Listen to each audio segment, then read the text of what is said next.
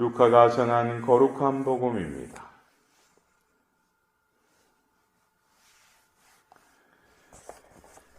그때 부활이 없다고 주장하는 사두가의 몇 사람이 예수님께 다가와 물었다.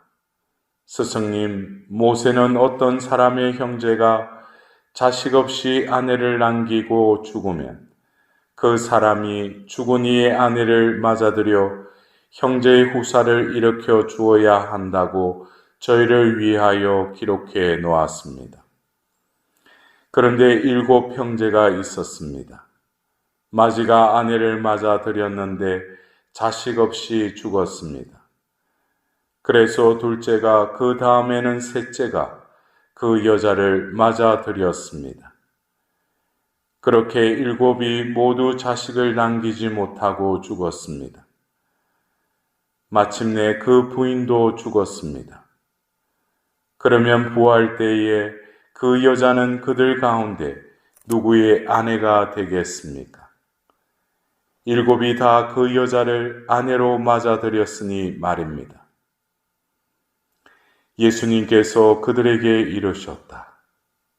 이 세상 사람들은 장가도 들고 시집도 간다.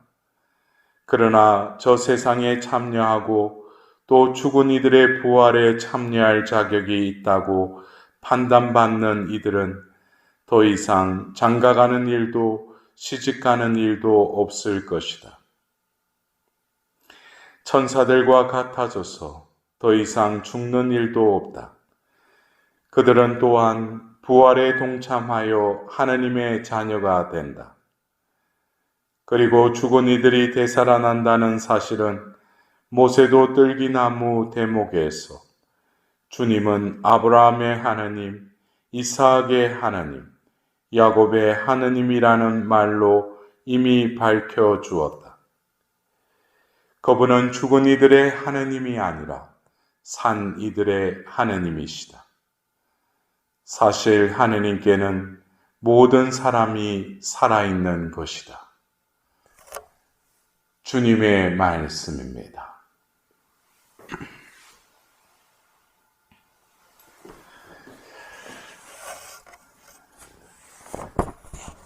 오늘 우리가 들은 이 복음에 사두가이들이 그들이 믿는 그 신조이며 또 그들은 부활이 없다라고 생각하였습니다. 이는 이스라엘의 그 원래 그 민족은 유목민이었죠. 떠돌아다니면서 그 짐승을 데리고 가면서 풀이 있는 곳에 가서 또 정착하고 살다가 또 이동하는 그런 유목민이었습니다.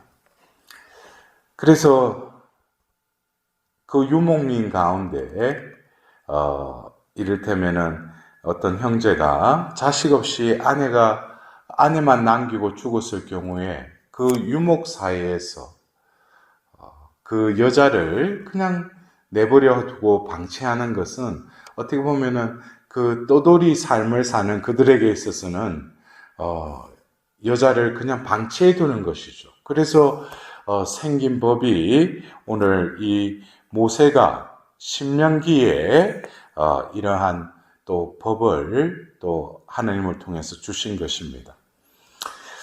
그러나 예수님께서 오늘 그들이 생각하는 그 부활, 그것은 어쩌면 눈에 보이는 현세적인 것만을 그들은 존재하는 모든 것으로 생각하였습니다. 그래서 예수님의 그 공생애 때 여러 어떤 행적 중에 또 많은 부분이 병자를 치유하십니다. 이것은 병을 고쳐주시는데 유대 사회에서는 이 병을 앓고 있는 사람은 그 말 그대로 하나님께 죄를 지어서 벌을 받았다고 그들은 생각했습니다. 우리가 볼 때는 예수님께서 병자를 그냥 치유해 주신 것이 아니라 그들에게도 하나님은 어떤 그 죄 중에 있는 그 영혼을 그대로 내버려 두지 않으시고 또 그 죄를 통하여 벌을 주시는 분이 아니라 하느님께서는 벌이 아니라 그를 구원하기를 원하신다라는 것을 예수님께서는 그 병자를 치유하시면서 또 그 이면에 담겨진 그 복음을 선포하신 것입니다. 우리가 이 11월 위령성월을 지내면서 우리는 죽은 이들을 위하여 기도합니다. 그러나 여러분들은 과연 죽은 이들은 어떤 의미에서 죽은 이들이라고 해요? 그것은 우리 눈에 이제 그 존재를 더 이상 볼 수 없고 그 숨을 거뒀다고 그러죠. 이 생에서의 육신을 지니고 살다가 생명의 숨이 멎어진 이들. 그러는 걸 보니까 이제 몸이 부패하기 시작하고 결국 그러한 존재를 우리는 죽은이라고 합니다. 그렇다면 살아있는 이는 또 어떤 이입니까? 그 관점에서 본다면 살아있다라는 것도 그냥 육신의 숨을 쉬고 있는 사람들을 살아있는 자라고 또 이렇게 대비적으로 해석할 수 있을 겁니다. 그러나 오늘 하나님께는 모든 사람이 살아있는 것이다. 하나님께는 모든 사람이 살아있는 것이다. 그리고 그 전에 그분은 죽은 이들의 하나님이 아니라 산 이들의 하나님이시다. 라고 이렇게 말씀하십니다.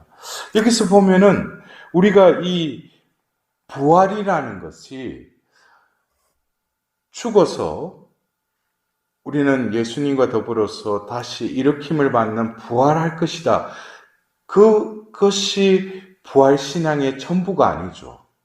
우리 현세에서도 우리는 부활신앙을 살아가야 합니다. 부활이라는 것이 어떤 그 죽음과 다시 살아남이라는 어떤 예수님께서 결국 2000년 전 우리의 죄 때문에 십자가에 못 박혀 죽으셨지만 사흘 만에 다시 되살아나셨죠. 근데 여기서 보면 사람들이 생각하는 그 죽은 자, 살아있는 자, 이 어떤 대비되는 이 개념에 있어서 루카복음서에 보면 24장에 예수님께서 부활하신 그 장면을 이렇게 묘사하고 있죠. 여자들이 이제 그 시신의 그 발을 침향을 가지고 무덤으로 향합니다. 그러나 무덤 문이 열려 있고, 근데 그들 가운데 두 남자가 이렇게 나타나죠. 그 두 남자라는 것은 아마 천사들이겠죠. 근데 그 두 남자가 하는 말, 바로 루카복음 24장 5절에 그 두 남자가 그 여인들에게 이렇게 말하죠. 살아계신 분을 왜 죽은 이들 가운데서 찾느냐라고 이렇게 말을 합니다. 살아있는 분을 죽은 이들 가운데 왜 찾느냐. 여기서 보면은 예수님은 죽으셨죠. 또 빈 무덤을 통해서 우리는 결국 부활하신 예수님께서 그 제자들에게 나타나심으로 인해서 예수님은 다시 살아나셨죠. 근데 예수님은 하느님이셔요. 신성과 인성을 지니신 하느님이십니다. 인성적으로 보면 예수님께서는 골고다의 십자가에서 못 박혀 분명히 숨을 거두시고 죽은 자가 되셨죠. 그러나 이 천사의 이 말은 결국 예수님이 육적으로는 그 십자가에서 죽으셨어요. 그러나 또 부활하셨는데 예수님은 원래 살아계신 분이라는 거예요. 이것은 어떻게 보면은 죽고 우리 편에서는 다시 부활하셨다, 다시 일으킴을 받으셨다 라고 이렇게 표현하지만 예수님은 바로 하느님께로 와서 하느님과 함께 할 뿐만 아니라 예수님께서는 영원한 생명을 또한 지니고 계신 분이셨죠. 그러나 인성을 지니셨기에 우리 눈에는 죽은 자가 되었지만 예수님은 원래 살아있는 자고 죽는 법이 없죠. 그러므로 보면 그 부활 때 그 두 남자가 했던 말, 살아계신 분을 왜 죽은 이들 가운데서 찾느냐? 이것은 결국 우리가 이 부활신앙이라는 것이 예수님께서 죽으시고 묻히시고 부활하심을 우리는 부활신앙이라고 이렇게 하죠. 그러나 하느님 편에서는 영원하신 분이시죠. 살아계신 분이시죠. 영원한 생명을 지니고 계시죠. 그러나 우리의 죄 때문에 육신을 취하시고 육신적으로는 죽으셨지만 하느님께서는 살아계시다는 것이죠. 그래서 우리에게 있어서 부활신앙이라는 것이 어떤 죽음 뒤에 우리는 다시 부활할 것이다. 이것은 부활신앙의 단편적인 것만을 우리가 이해하고 있는 것입니다. 그러면 진정한 부활의 또 다른 부분은 어떻겠습니까?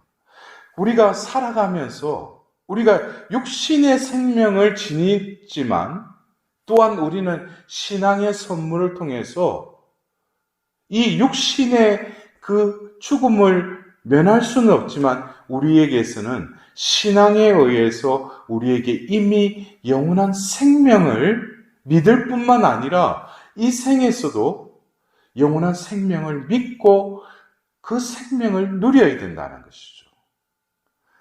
그래서 대표적으로 우리가 그 순교 어떤 행위를 볼 때 자신의 목숨을 내어 던지지만 결국 그들은 죽어요, 육신적으로. 그러나 그들을 움직인 것은 신앙을 통해서 얻게 된 그 영원한 생명에 대한 확고한 믿음이 있었다는 거예요. 그래서 오늘 우리가 들은 일독서의 이 마카베오 학은, 그래서 구약에서는 부활신앙에 대한 어떤 명확한 어떤 믿음이 이스라엘 백성들에게 처음부터 있었던 것은 아니죠.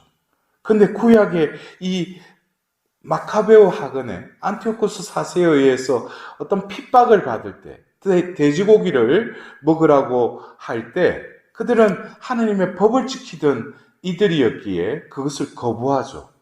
우상을 숭배하라는 그것을 또 거절하죠. 그러면서 이 형제들이 죽으면서 그들이 신앙 고백을 해요. 근데 이 신앙 고백은 바로 부활 신앙을 고백하는 것입니다.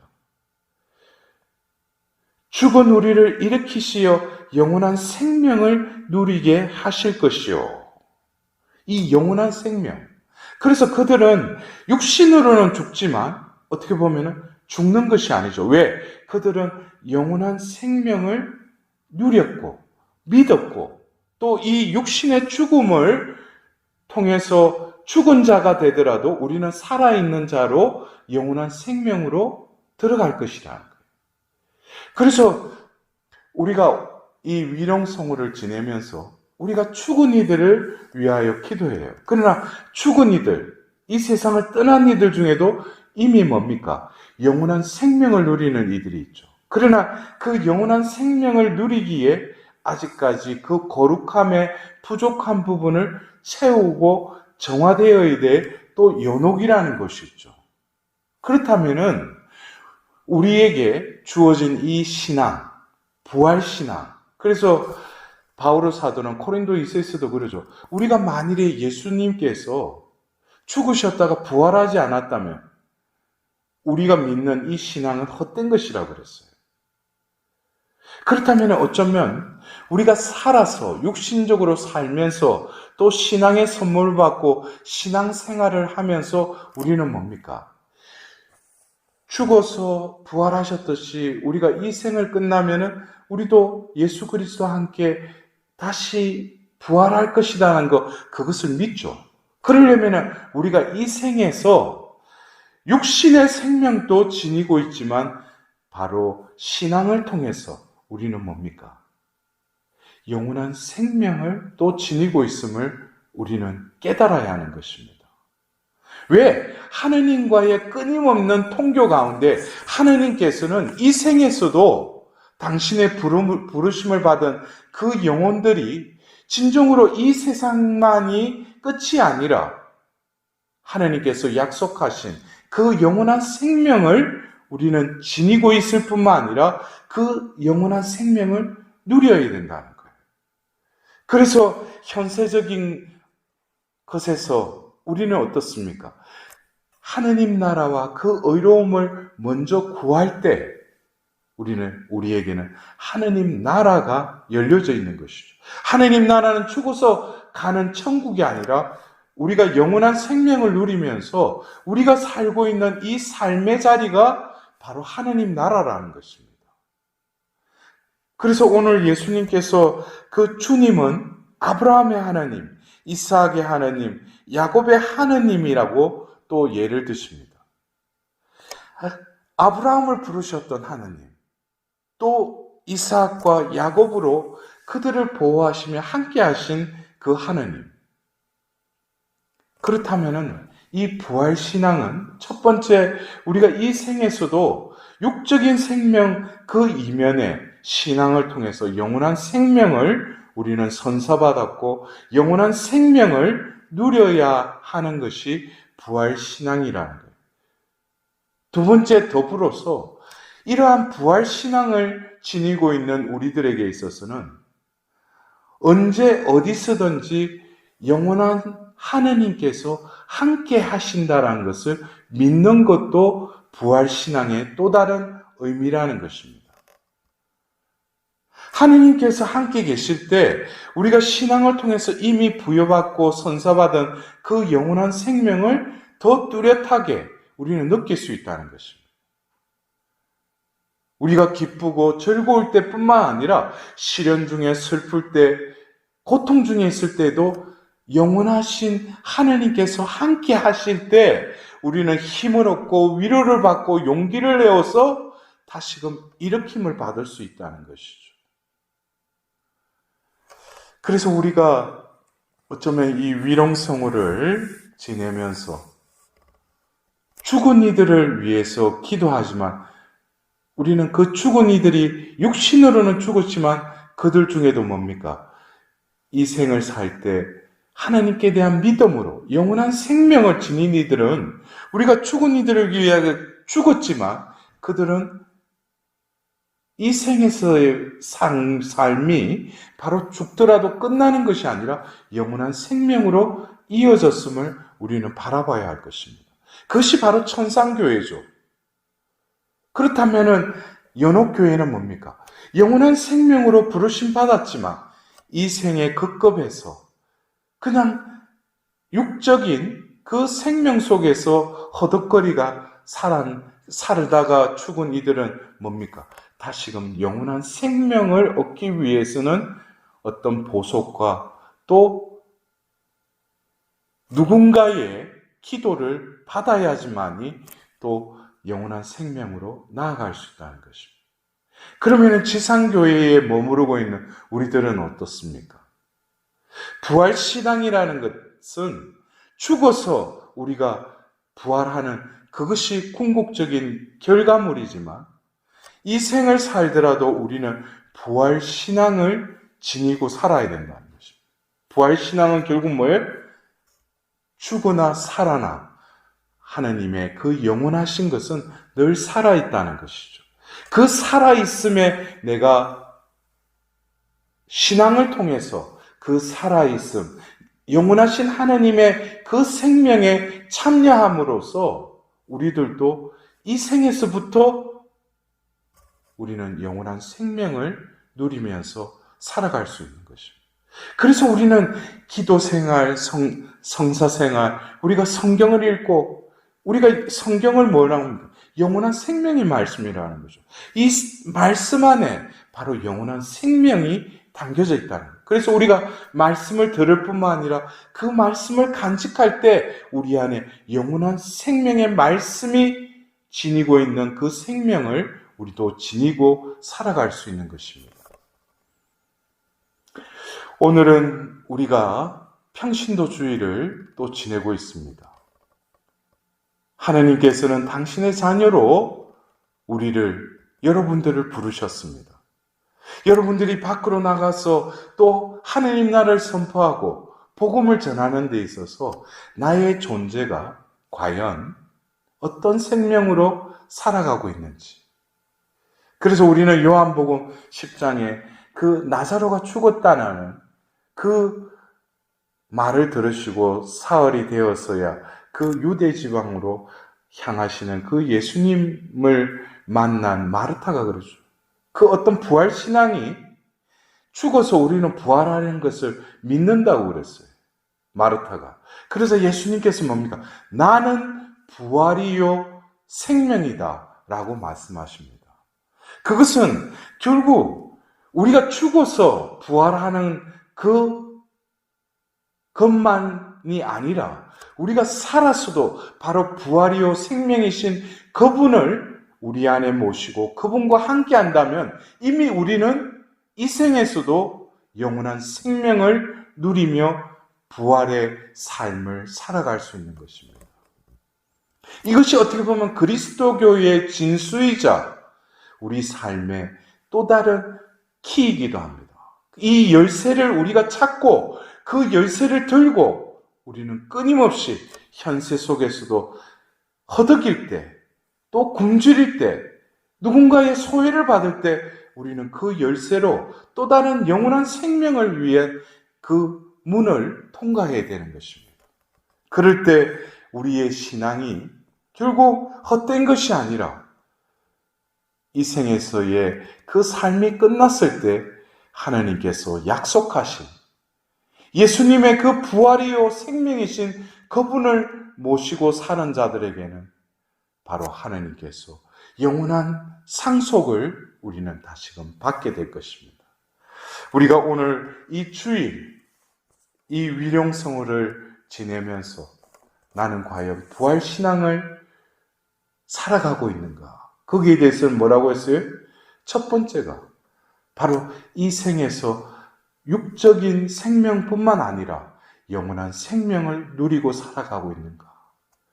두 번째, 우리는 영원한 그 하느님과 함께하고 있는가? 그것을 우리가 분명히 깨달을 때 이 생에서 우리는 뭡니까?